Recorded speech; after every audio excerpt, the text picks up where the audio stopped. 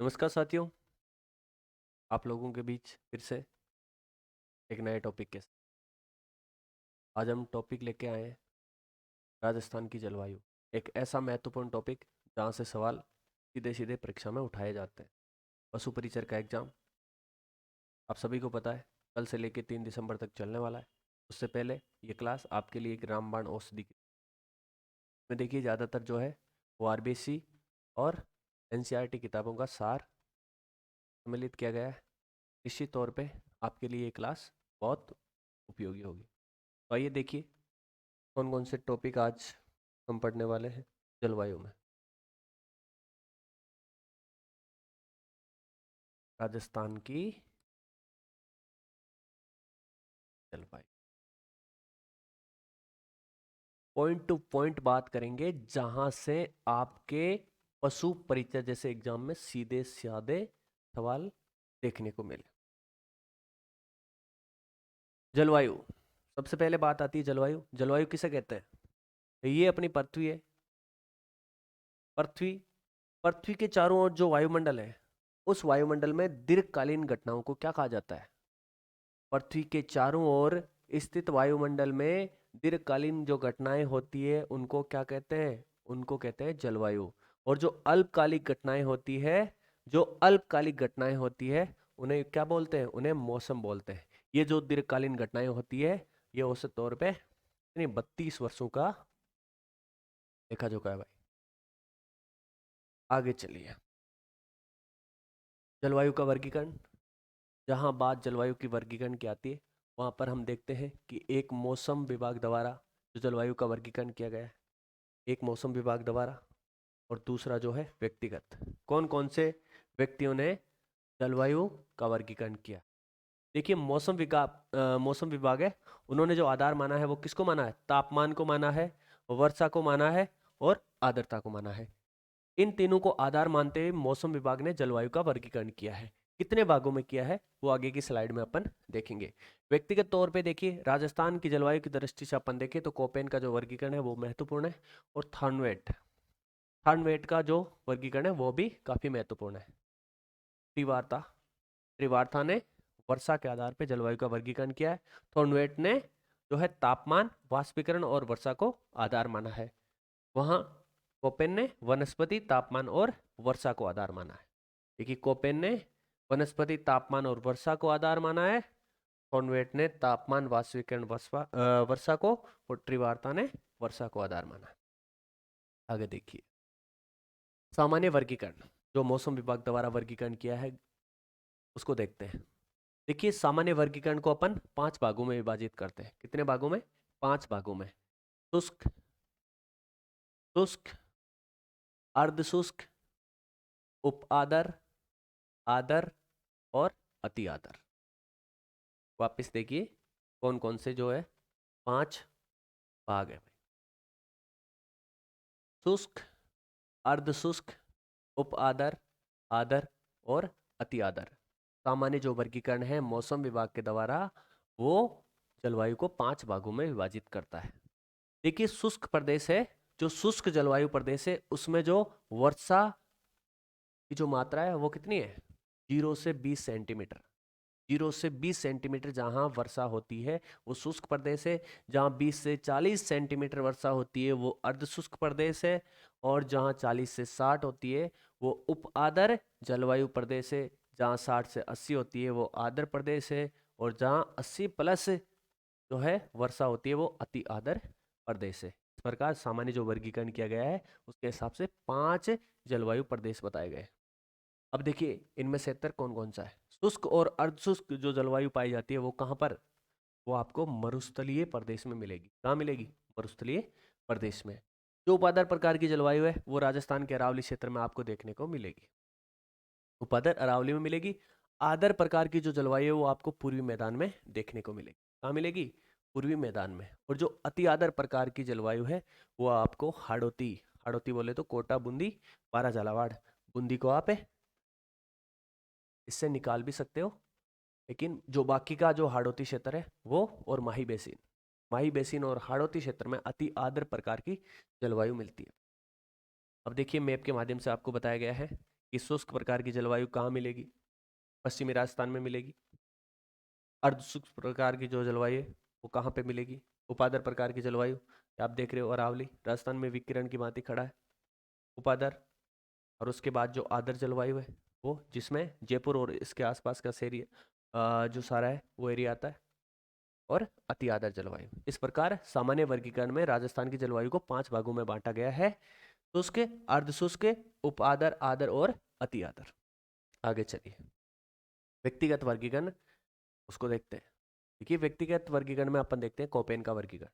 इनका कोपेन का वर्गीकरण, देखिए कोपेन महोदय ने है वो राजस्थान की जलवायु को 4 भागों में बांटा है। कितने भागों में, 4 भागों में।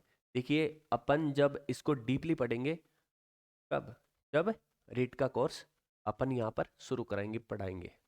अभी अपने को शॉर्ट एंड स्वीट देखना है। तो कौन कौन से सीधा सा सवाल यहाँ से बनता है कि कोपेन के अनुसार BWHW जलवायु क्षेत्र किस भाग में, कौन सा जिला इसमें आता है, इस प्रकार के सवाल बनते हैं। देखिए कोपेन के अनुसार जो BWHW प्रकार की जो जलवायु है वो राजस्थान के शुष्क प्रदेश में मिलती है। कहाँ पर, राजस्थान के पश्चिमी क्षेत्र में BWHW कोपेन के अनुसार जो जलवायु है प्रदेश है वो इधर के क्षेत्र में मिलता है। इसमें बीकानेर संभाग, बीकानेर संभाग जिसमें बीकानेर, गंगानगर, हनुमानगढ़ और चूरू जिला आता है, वह जैसलमेर, इन 5 जिलों में इस प्रकार की जलवायु देखने को मिली। उसके बाद है BSHW, कौन सी, BSHW कोपेन के अनुसार ये जो जलवायु प्रदेश है वो शेखावाटी क्षेत्र में, कहाँ पर, शेखावाटी क्षेत्र, नागौर उच्च भूमि व लूणी बेसिन में इस प्रकार की जलवायु मिलती है। लूणी बेसिन, नागौर उच्च भूमि और शेखावाटी क्षेत्र में कोपेन के अनुसार इस प्रकार की जलवायु मिलती है। कौन सी, BSHW। इसे स्टेपी तुल्य जलवायु प्रदेश भी कहते हैं। कौन सा, स्टेपी तुल्य जलवायु प्रदेश भी इसको कहते हैं भाई। कौन सा कहते हैं, स्टेपी तुल्य जलवायु प्रदेश। ये राजस्थान के सर्वाधिक क्षेत्र में फैला हुआ है। जो BSHW है कोपेन के अनुसार जलवायु प्रदेश, ये राजस्थान के सर्वाधिक क्षेत्र में फैला हुआ है।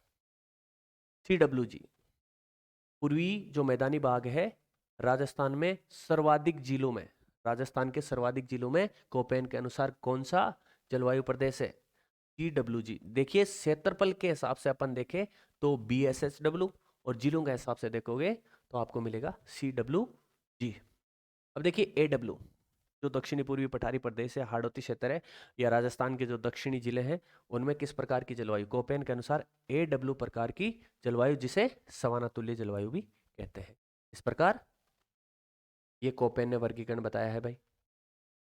BWHW, BSHW जो राजस्थान के सर्वाधिक क्षेत्र में फैला हुआ है, CWG जो राजस्थान के सर्वाधिक जिलों में फैला हुआ है, और जो AW है वो दक्षिणी और दक्षिणी पूर्वी राजस्थान में आपको मिलता है सवाना तुल्य प्रकार की जलवायु।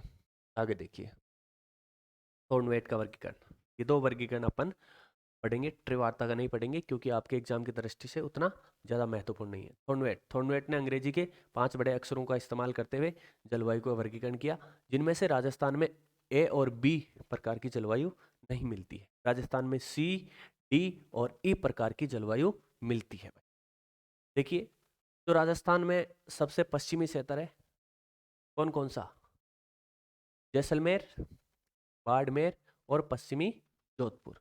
जैसलमेर, बाड़मेर और पश्चिमी जोधपुर में थॉर्नवेट के अनुसार कौन सी जलवायु, EAD, कौन सी, EAD प्रकार की जलवायु मिलती है। राजस्थान का जो उत्तरी भाग है उसमें DBW प्रकार की जलवायु मिलती है। DB और W प्रकार की जलवायु थॉर्नवेट के अनुसार राजस्थान के बीकानेर संभाग में मिलती है। बीकानेर संभाग में कौन कौन से 4 जिले आते हैं, बीकानेर, गंगानगर, हनुमानगढ़ और चूरू। उसके बाद देखिए थॉर्नवेट के अनुसार राजस्थान में सर्वाधिक जो जलवायु प्रदेश मिलता है वो है DAW। DAW प्रकार का जलवायु प्रदेश थॉर्नवेट के अनुसार राजस्थान में सर्वाधिक मिलता है। DAW प्रकार का जो जलवायु प्रदेश है वो हाड़ौती और बागड़ क्षेत्र, हाड़ौती, कोटा, बूंदी, पारा, झालावाड़, इसमें से बूंदी आप इसमें शामिल करोगे, उसके अलावा हाड़ौती और बागड़ प्रदेश जिसमें डूंगरपुर, बांसवाड़ा और प्रतापगढ़। आगे चलिए।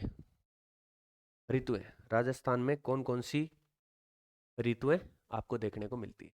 देखिए, ग्रीष्म ऋतु राजस्थान की प्रमुख ऋतु अपन इसको बोल सकते हैं कि यहाँ गर्मी गर्मी पड़ती है भाई। अपना तो प्रदेश ही गर्म प्रदेश है।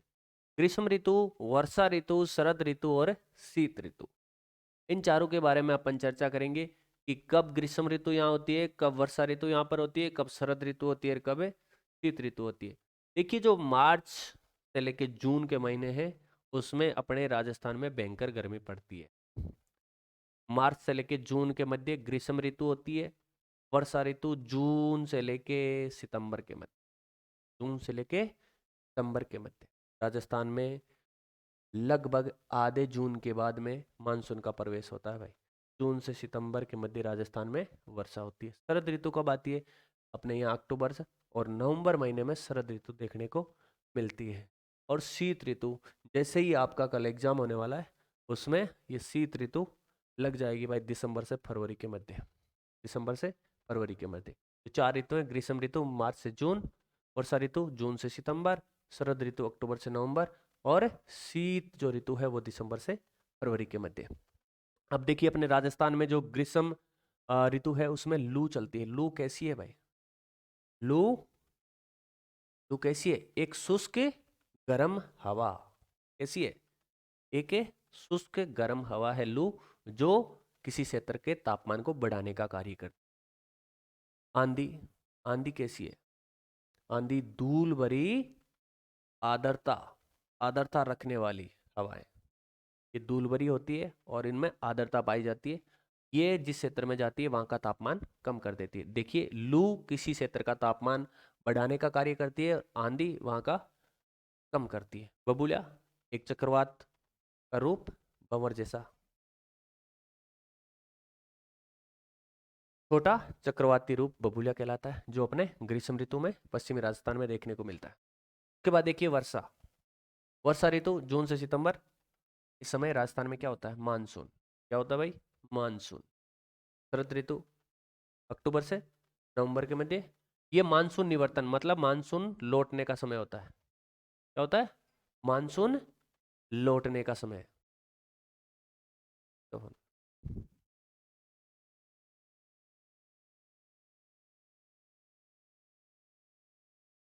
देखिए, जो शरद ऋतु है उसमें मानसून लौटता है भाई। ये मानसून निवर्तन का समय है। शीत ऋतु, शीत ऋतु में शीतलहर चलती है।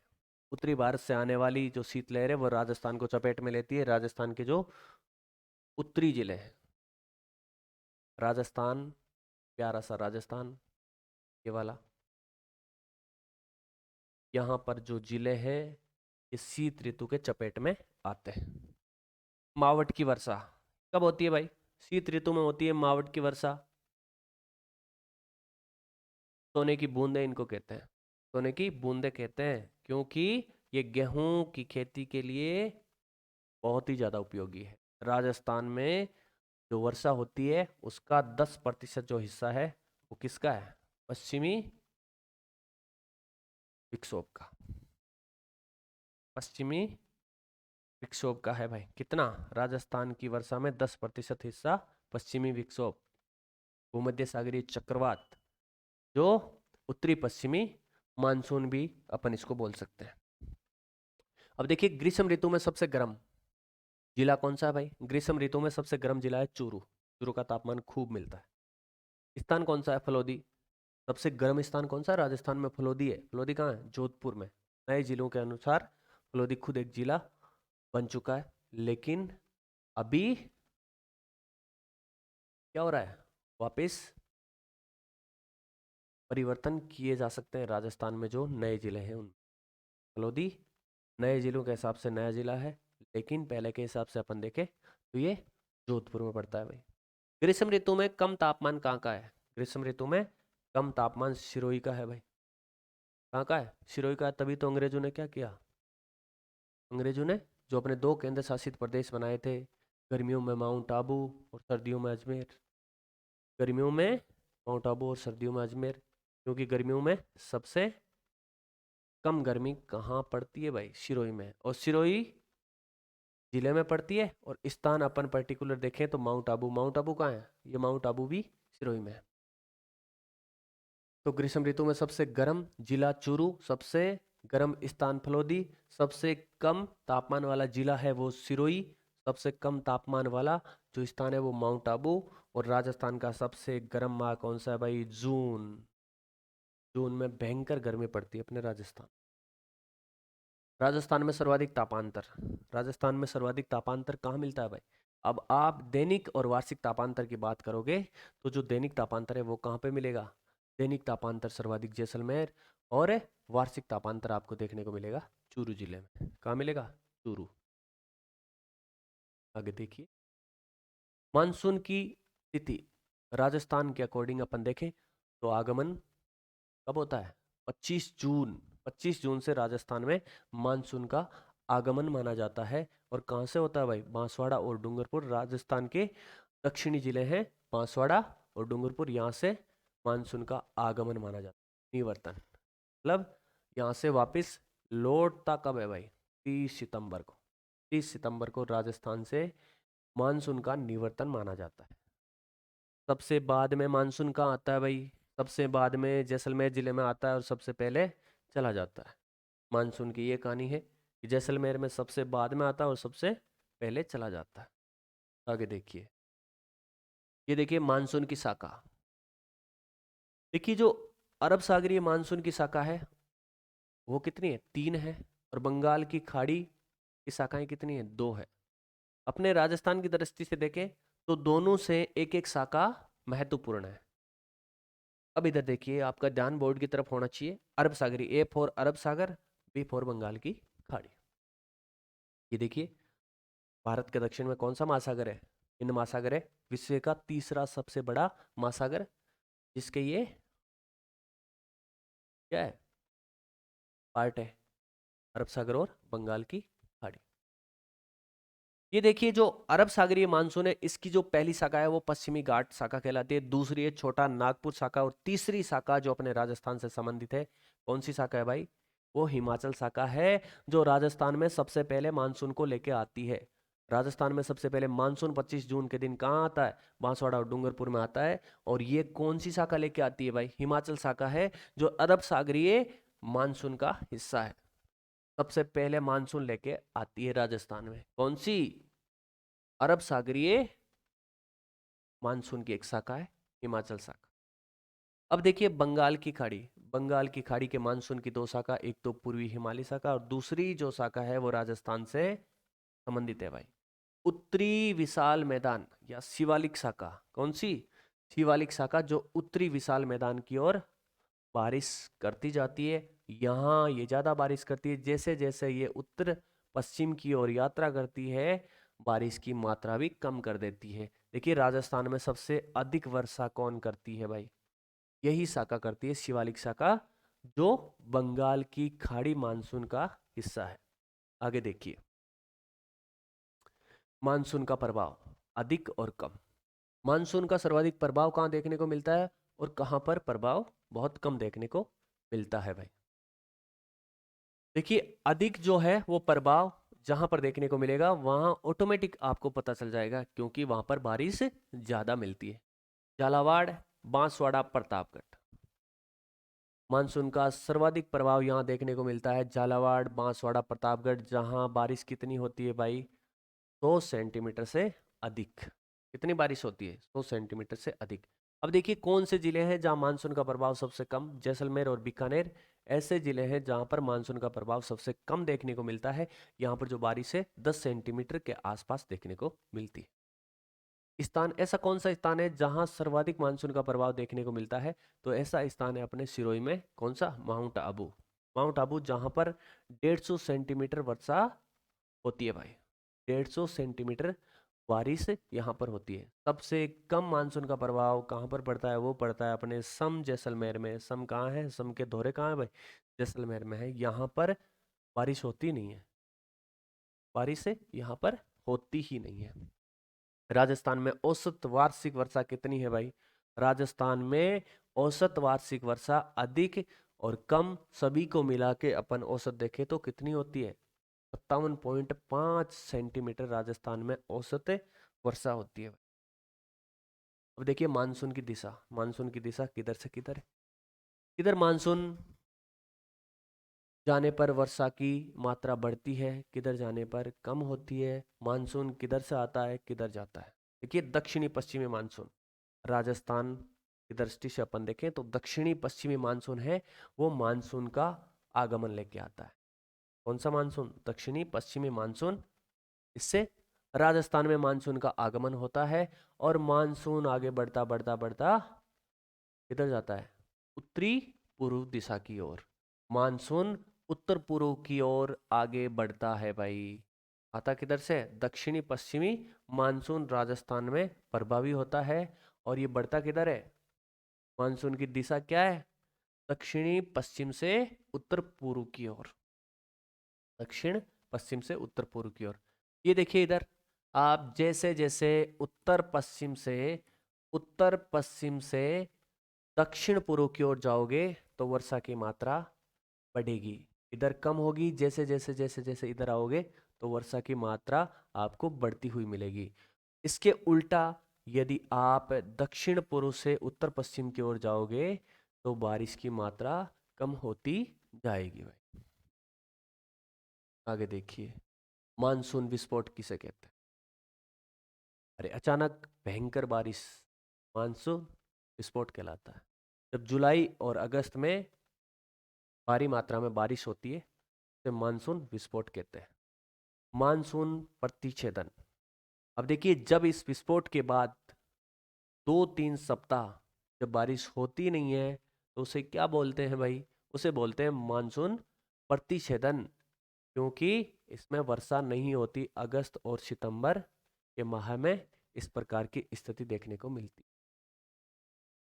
मानसून विस्फोट जहां भारी बारिश देखने को मिलती है। मानसून का प्रतिच्छेदन जहां पर 2-3 सप्ताह बारिश देखने को नहीं मिलती है। मानसून प्रत्यावर्तन, जब मानसून के लौटने का समय आ जाता है तो उसे मानसून प्रत्यावर्तन कहते हैं।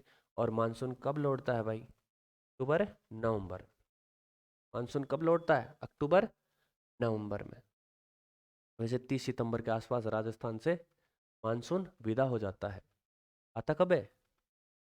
25 जून के आसपास राजस्थान में मानसून की एंट्री होती है और 30 सितंबर को राजस्थान से निकलने का प्रयास करता है भाई मानसून। कार्तिक हिट, दीपावली के आसपास के समय आपने देखा होगा ऐसे हिट महसूस होती है आपको। मानसून निवर्तन के दौरान अचानक तापमान में क्या होता है? बढ़ोतरी। ये कार्तिक हिट, जब मानसून निवर्तन के समय अचानक तापमान में बढ़ोतरी हो जाती है। और ऐसी स्थिति कब देखने को मिलती है? यदि अंग्रेजों के महीने देखें या अंग्रेजी महीने देखें तो अक्टूबर, और हिंदी के महीने देखें तो कार्तिक, जिसी के नाम पर तो क्या बोला गया है? कार्तिक हिट। कार्तिक माह के नाम पर इसको कार्तिक हिट बोला गया है भाई। समवर्षा रेखा, समान वर्षा वाले स्थानों को मिलाने वाली रेखा समवर्षा रेखा कहलाती है। समान वर्षा वाले स्थानों को मिलाने वाली रेखा समवर्षा रेखा कहलाती है। जैसे उदाहरण के तौर पर अपन देखें, यहाँ पर 10 सेंटीमीटर बारिश हो रही है, यहाँ पर 10 हो रही है, यहाँ पर 10 हो रही है, तो इन बिंदुओं को मिलाने वाली रेखा क्या? समवर्षा रेखा कहलाती। अगर एक और देख लीजिए उदाहरण, जैसे 50 सेंटीमीटर यहाँ बारिश हो रही है, यहाँ 50 हो रही है, यहाँ 50, इनको मिलाने वाली रेखा समवर्षा रेखा। देखिए 25 सेंटीमीटर जो वर्षा रेखा है वो मरुस्थल को दो भागों में बांटती है। मरुस्थल को दो भागों में बांटती है, शुष्क व अर्धशुष्क मरुस्थल। अर्धशुष्क मरुस्थल। 40 सेंटीमीटर वर्षा रेखा है, ये राजस्थान को दो बराबर भागों में बांटती है। 40 सेंटीमीटर वर्षा राजस्थान को दो बराबर भागों में बांटती है। और वहीं 50 सेंटीमीटर वर्षा रेखा है वो अरावली के समानांतर चलती है भाई। अरावली के समानांतर चलती है। के साथ अपना टॉपिक पूरा हुआ जलवायु का। जैसे देखोगे, अच्छे पढ़ाई करोगे, रीड करोगे तो जरूर इस वीडियो से आपको लाभ मिलेगा। धन्यवाद। जय हिंद, जय भारत।